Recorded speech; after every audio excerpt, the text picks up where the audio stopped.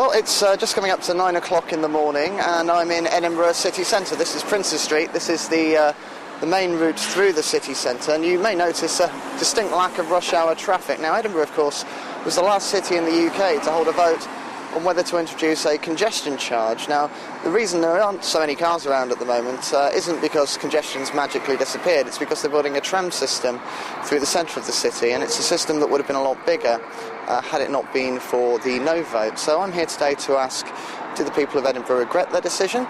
And what is the traffic situation like now? We always said, had more comprehensive public transport been on the table first, had we got the carrot before we got the stick, then perhaps people would see the benefit. But actually, congestion charging is another form of tax. Many people already pay tax. They already think that perhaps these infrastructure provisions should be put in because that will enable them to leave their cars at home, which I think most people would prefer to do.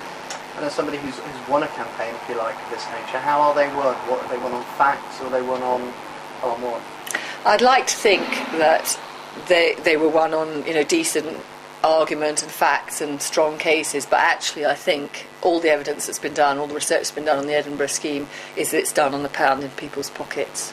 There was a great deal of disinformation kicking around, and I have to say the role of the local and the national media based in Edinburgh, Scotsman publications, was quite critical because they took a line very much against this. And one would see headlines, for example, about how congestion charging was going to cause major damage to house prices in Edinburgh. And when you looked into the article, there was no foundation for the headline whatsoever, but the headline's enough for people to look at, even if they don't buy the paper, and say, there you are, another problem with congestion charging. So it wasn't a rational sort of debate at all. In theory, the referendum is a good idea, provided people are fully informed and you've got a reasonable, balanced media out there that will put both sides of the argument reasonably fairly.